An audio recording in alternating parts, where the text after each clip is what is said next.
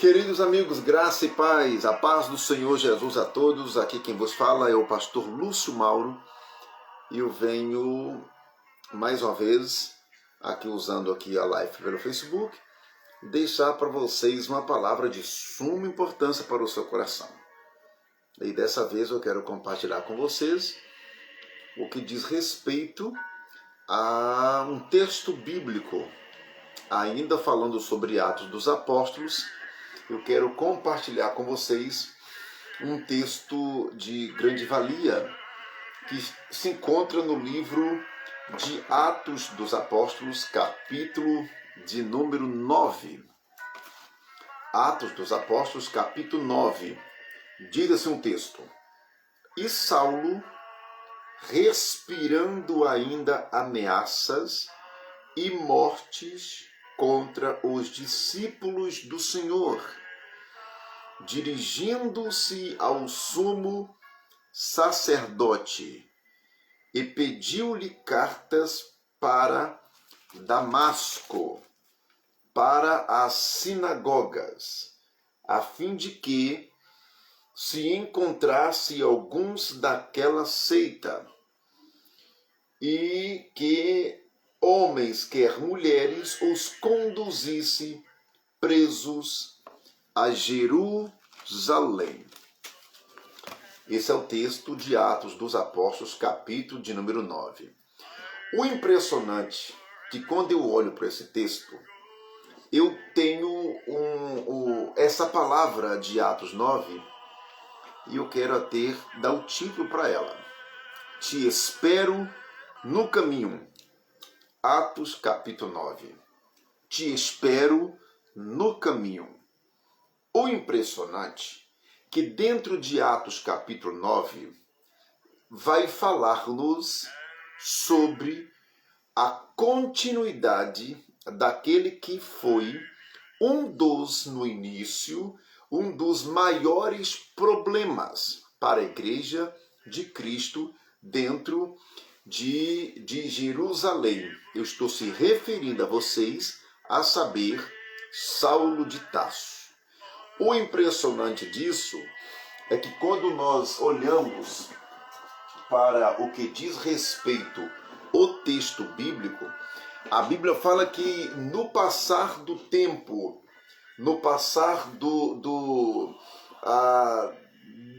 tempo, dos meses, no passar dos dias, a Bíblia diz que nesse passar dos dias estavam também aumentando a influência, aumentando a sagacidade daquele que se tornaria o maior perseguidor a nível dos cristãos no Novo Testamento, a saber, Saulo de Tarso.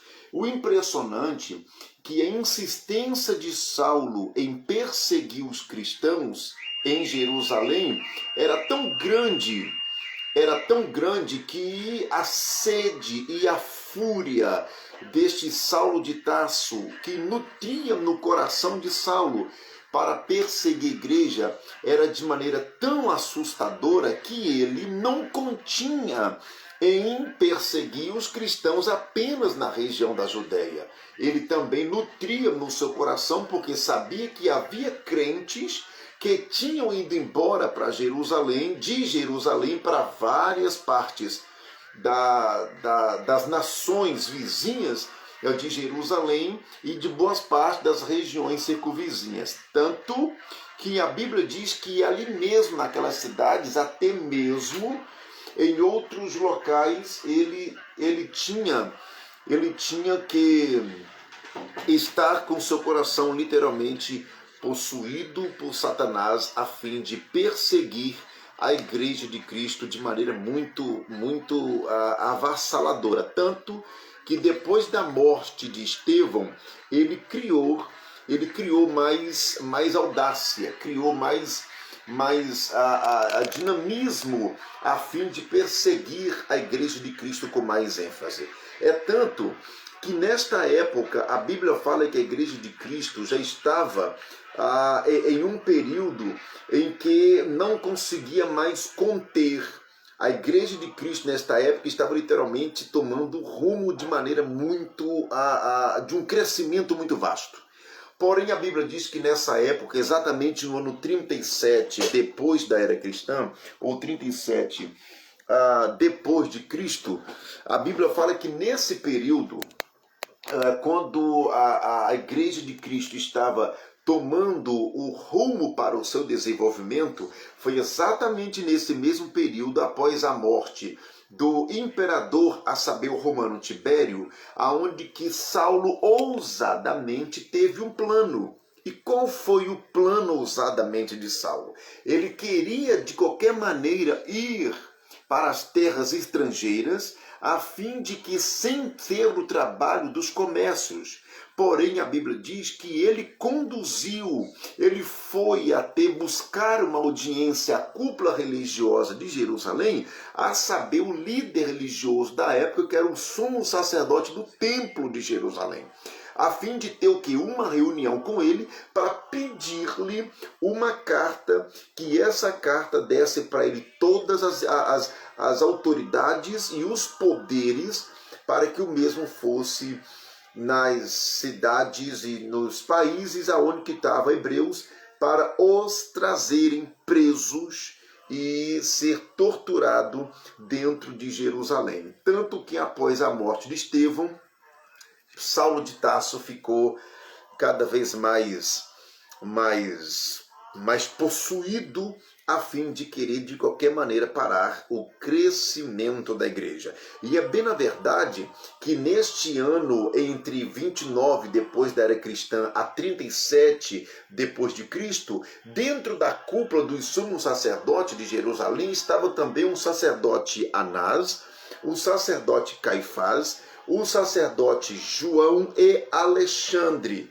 Porém, o texto e a veracidade da história dos fatos narra que esses membros eram da família do chefe dos sacerdotes, que conforme Atos capítulo 4 e no versículo de número 6. Tanto que os sacerdotes que estavam na época de Saulo de Tarso em Jerusalém eram o José Caifás, era o Jonatas ou João, filho de Anás, era o próprio Teófilo, o filho de Anás, e era Simeão, o Cânteras, que era filho de Boetos, que também era o clã dos sacerdotes. E interessante que tudo indica que José Caifás era o sumo sacerdote do templo em Jerusalém, que foi o mesmo que deu autorização para Saulo de Tarso ir perseguir todos os cristãos, conforme o texto de Atos, capítulo 4, verso 6. O interessante disso é que aparece os nomes de Caifás e Jonatas, como o clã dos sacerdotes, aonde que coincidem que exatamente esses nomes que eram em relação do grupo dos sumos sacerdotes, exatamente na época, no período em que Saulo, como fariseu convicto, ele tinha que perseguir os cristãos a mando do próprio sacerdote. O interessante também é que parece que o plano diabólico de Saulo estava dando certo, porque o sumo sacerdote, ele aceitou a petição de Saulo para ir como um baita de um fariseu assumido por sinal, ir, sendo ele esse fariseu devoto, aonde que ele tinha uma devoção extraordinária pela Torá, que todos sabem que era o livro judaico daquela época, aonde que quando ele, como fariseu, ligado aos sumos sacerdotes, aonde que os quais eles tinham o direito de ir, na verdade não é nem direito, eles tinham a perseguição para ir buscar todos os cristãos que estavam espalhados para ser torturado, presos e torturados. É tanto que o próprio Saulo alegava, chamando-os de nova seita, a saber, o cristianismo.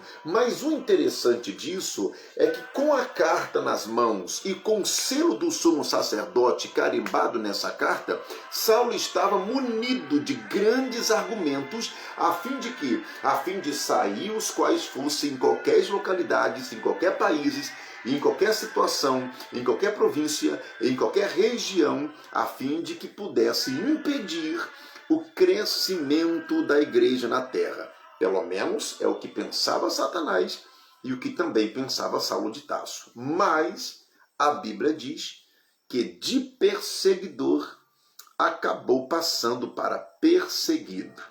Porque eu vejo que a história de Saulo com essa carta nas mãos era como se estivesse dando para ele mais poder.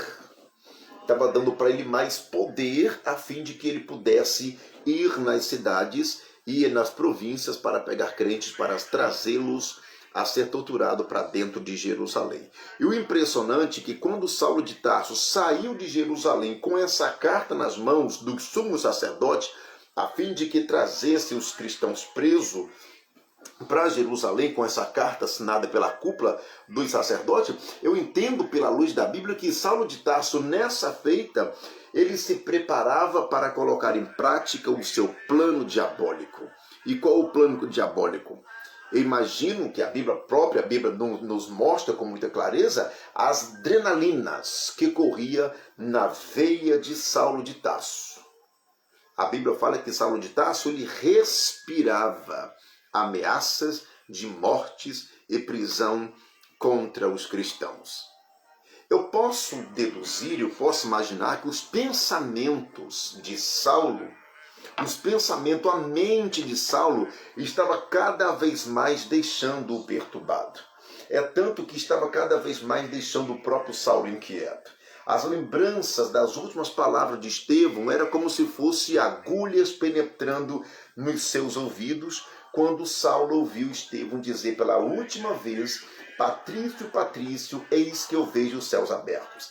Essas últimas palavras de Estevão era como se deixasse a mente e o coração de Saulo cada vez mais perturbado.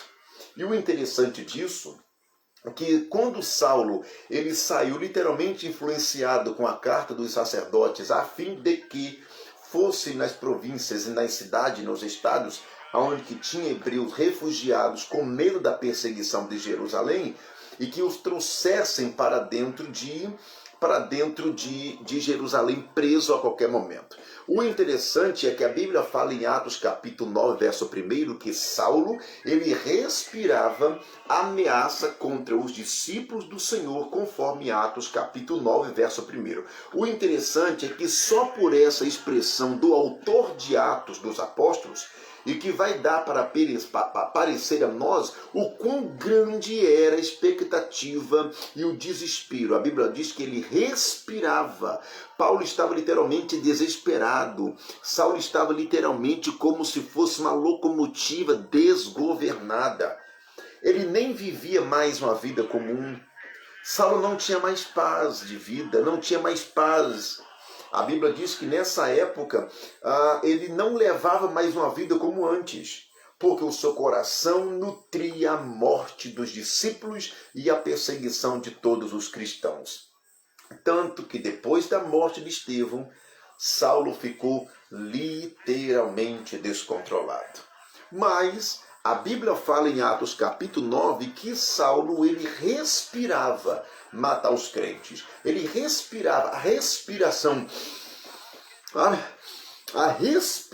de Saulo, as suas respirações, o seu ar que enchia os seus pulmões era um cheiro de morte, porque ele levara a perseguição contra aqueles que levavam salvação e que levavam vida. Saulo estava como se fosse uma verdadeira máquina de perseguição desgovernada dentro de Jerusalém. E pasmem, ele ainda tinha nas suas mãos um álibi, a carta assinada pelo sumo sacerdote do templo, a fim de que nada e ninguém os pudesse parar. Mas, como que não fica por aqui, a Bíblia diz que não parava enquanto não levasse preso para Jerusalém todos os cristãos que ele encontrasse na frente. Porque ele mesmo havia convencido os sumos sacerdotes que o cristianismo passara agora a ser uma nova seita. Surgia na mente de Saulo que o cristianismo agora era uma nova seita. Então eles queriam de qualquer maneira parar o cristianismo, porque acharam que era uma fraude esse negócio de Cristo, céu e ressuscitar dentre os mortos. Queria de qualquer maneira dar um basta ao cristianismo na terra. O interessante que como que ele não parara por aqui, ele com essa carta, ele saiu de Jerusalém como um perseguidor nato. Tanto que ele ia perseguir tanto homens quanto mulheres, conforme Atos capítulo 9, verso de número 1. E Saulo respirava ainda ameaças de morte contra os discípulos do Senhor, dirigindo-os ao sumo sacerdote e pedindo-lhe uma carta para as sinagogas, a fim de que encontrasse alguns daquela seita, que é o cristianismo, e quer homens, quer mulheres, que o conduzisse preso a Jerusalém. O interessante disso, que quando nós olhamos com muita precisão para esse texto bíblico, fala que ele respirava. Ele não tinha mais paz. Ele não tinha mais sossego de vida. Ele não tinha mais paz própria. Porque ele respirava. A vida dele era perseguir crentes. A vida dele era torturar crentes de qualquer maneira. Tanto que a Bíblia fala em Atos 9, verso 2, que tanto faz para ele velhos, mulheres, senhoras, ele tirava de suas casas aonde que tivesse e era torturado em Jerusalém. Saulo, nesta época, ele era como se fosse um calo nos sapatos ou nos pés da igreja de Cristo naquela época. É tanto que Paulo perseguia, Paulo assolava, Paulo ele afrontava a igreja de Cristo em todas as regiões. É tanto que o próprio Paulo, mais tarde, ele vai falar no livro de Gálatas, se eu não me engano, no capítulo 1, versículo de número 13. Deixa eu ler para vocês aqui o que diz a Bíblia Sagrada. Gálatas, capítulo 1, versículo de número 13. Paulo vai falar, Gálatas capítulo 1, se eu não me engano, acho que Gálatas capítulo 1, versículo de número 13, isso, 13. Olha que ele fala: porque já ouvistes qual foi antigamente e ainda conduta no judaísmo, como sobremaneira perseguia a igreja de Deus e o assolava. Tanto que em Gálatas ele mesmo confessa que ele assolava, afligia, ele maltratava a igreja de Deus, o serviço, os obreiros que estavam no crescimento da igreja de Deus. É tanto que a sede de perseguição de Saulo era tão grande, o desejo de matar crente no coração de Saulo estava tão doentio, estava tão grande, que tão desesperada era a ação que Saulo nutria no seu coração, não apenas pegar crentes em Jerusalém, mas também indo na sua saga, passou até dos limites. A sua fúria pelos cristãos aflorou a sua pele. Agora ele, saindo de Jerusalém, tendo em mãos uma carta, saindo em uma distância que percorreu a estrada de Jerusalém até Damasco, que é a capital da Síria, algo em cerca de 200 quilômetros de distância entre Jerusalém e entre a Síria, subindo para o território de Damasco, que é o norte, né?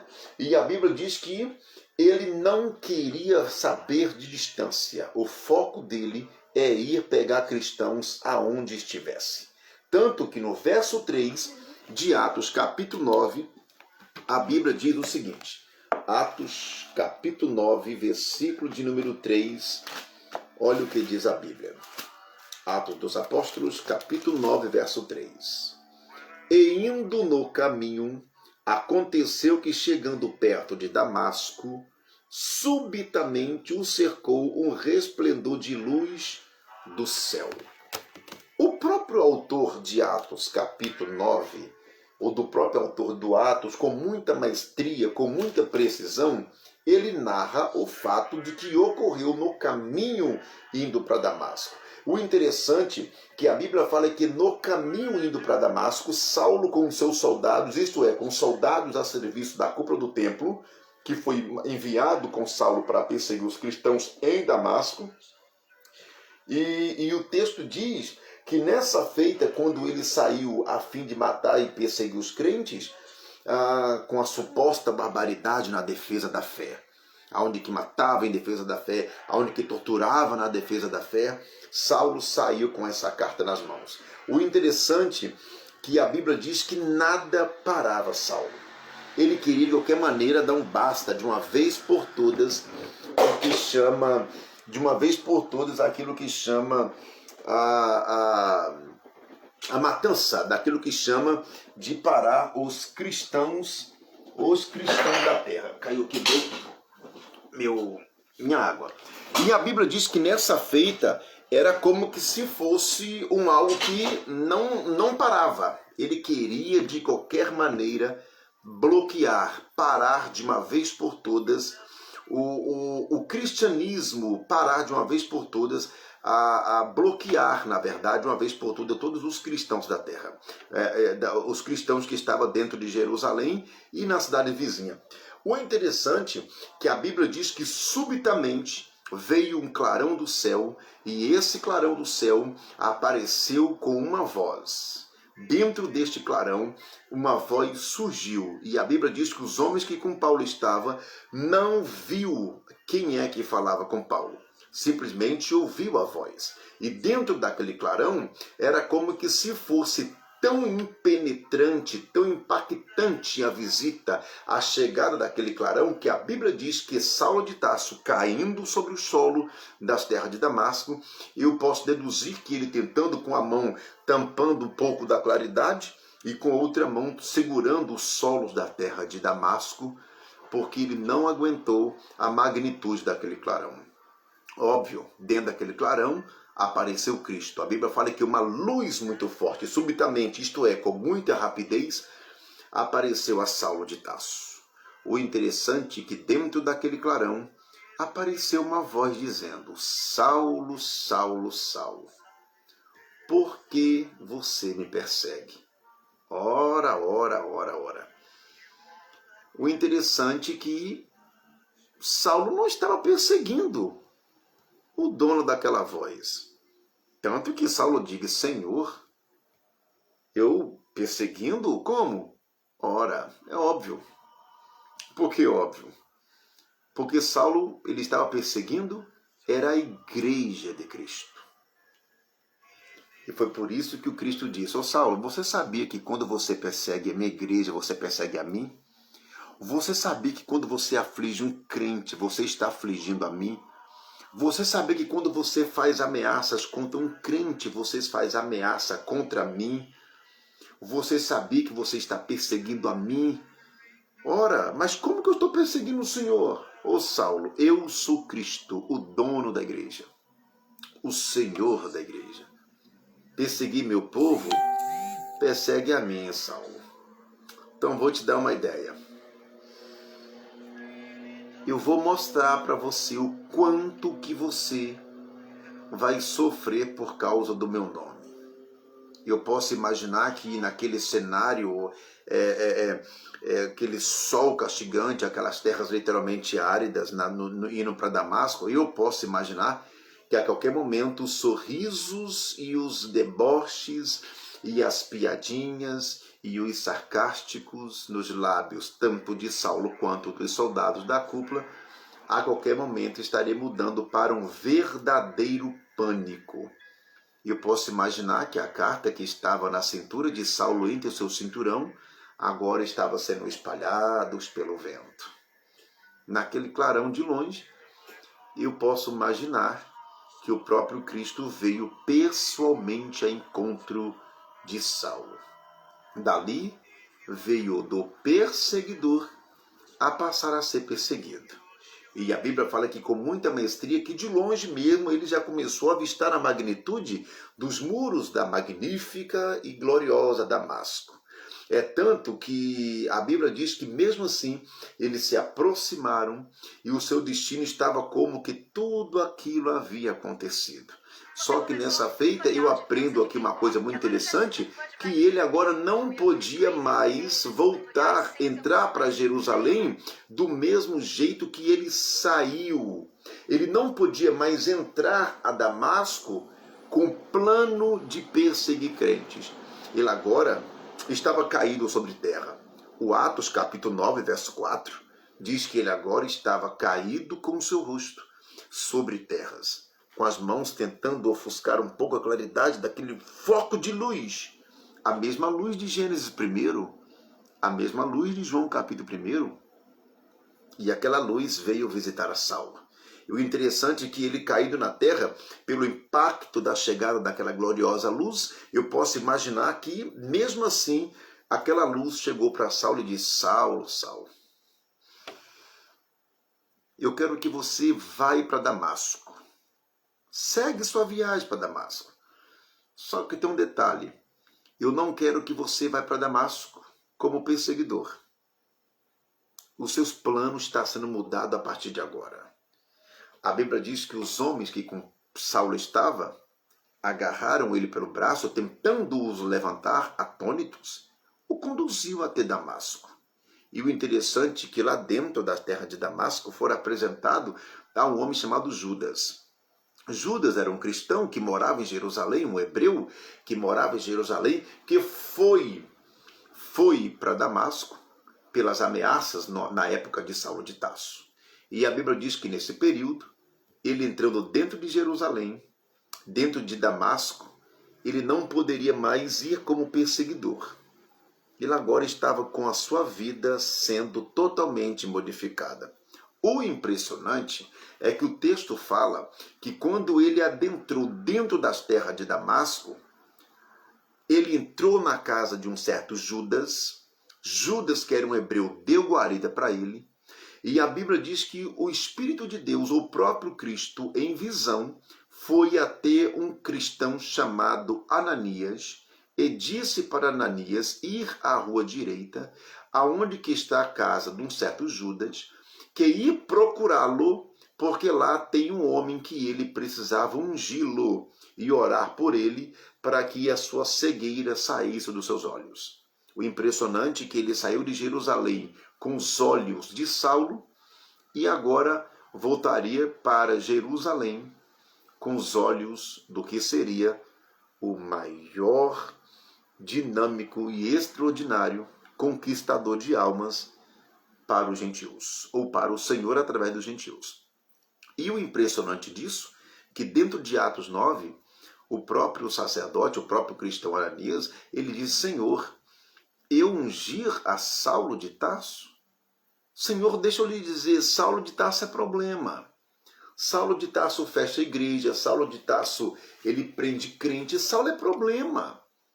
Foi o próprio Saulo que jogou Estevão em cima. Como que tu manda eu consagrar ele? O que Cristo disse? Olha, Ananias, eu não te pedi para você opinião nenhuma acerca dele. Ele pode não prestar para você. Saulo pode ser problema, Saulo pode não valer nada, você pode até não gostar de Saulo, Saulo pode até matado Estevão, Saulo pode ser o maior déspota, Saulo pode ter sido o maior problema, você pode não gostar dele, você pode não ir com a cara dele, você pode não suportar ele, mas para mim, ele é um vaso escolhido. Então levanta e consagra. Então eu tenho um resumo dessa palavra para dizer para você. Independente de qualquer situação, quer goste ou não gostar de você, problema. Você, para Deus e para Cristo e para os céus, é um vaso escolhido. E a Bíblia diz que após ter ungido Saulo, após 3 dias cego, após ungí-lo, ele foi voltado a ter as suas visões outra vez normal, e a Bíblia diz que o próprio Ananias o batizou nas águas. Assim, ele ficou alguns dias mais dentro de Damasco. E o impressionante é que quando ele ficou em Damasco alguns dias, os cristãos que estavam em Damasco começou a fazer uma perseguição para matá-lo. É tanto que o próprio Cristo disse para Ananias: avisa para Saulo que de agora em diante eu vou mostrar quão grande vai ser a perseguição que ele vai sofrer por causa de meu nome. Do perseguidor passou agora a ser perseguido. O impressionante é que os dizem que ele ficou ali em Damasco, ele começou a pregar nas sinagogas em Damasco, e mesmo assim o povo não quis aceitar as pregações de Saulo. Agora, como Paulo de Tarso. E a Bíblia diz que os obreiros que estavam naquela casa desceram-no em um cesto, a fim que ele não havia sido morto pelas mãos dos déspotas perseguidores que estavam dentro de Jerusalém, dentro de Damasco. O impressionante é que quando desceu pelaquele cesto, era como que se ele olhasse de baixo para cima, vendo os obreiros, e os obreiros com visão panorâmica de cima para baixo, conduzindo Saulo até o solo da porta de fora dos muros de Damasco. Aquele cesto estava conduzindo aquele que seria o maior porta-voz do Evangelho e que chegou até nos nossos dias. De perseguidor para perseguido. Um vaso escolhido. Você pode não prestar para muita gente. Muita gente pode não te aceitar. Mas não tem importância. Respire fundo e põe na tua cabeça. Eu sou um vaso escolhido. Que Deus em Cristo Jesus te abençoe através dessa palavra e que você nunca venha retroceder. Porque você é um verdadeiro vaso escolhido. E que Deus em Cristo Jesus te abençoe e te guarde.